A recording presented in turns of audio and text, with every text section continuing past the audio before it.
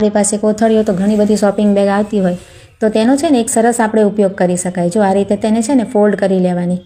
આ રીતે આપણે એક વખત ફોલ્ડ કરી લેવાની ઉપરથી, અને ત્યાર પછી આ રીતે સરસ ફોલ્ડ થઈ જાય ને ત્યાર પછી આપણે બીજી ફેરી પણ આ રીતે જ આપણે ફોલ્ડ કરવાની.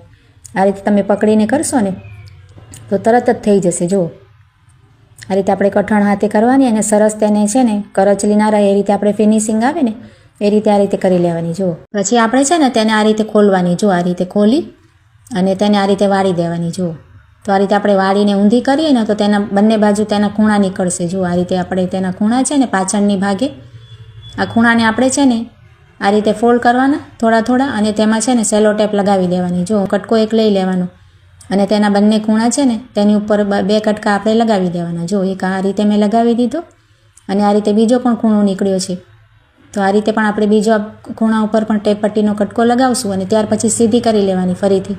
તો આપણે સરસ બાસ્કેટ જેવો બનીને તૈયાર થઈ જશે. જુઓ કોઈ પણ થેલીથી તમે આ બનાવી શકો.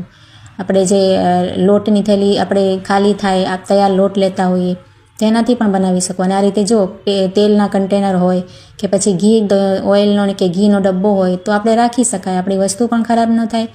ઘણી બધી વસ્તુ રાખી શકાય.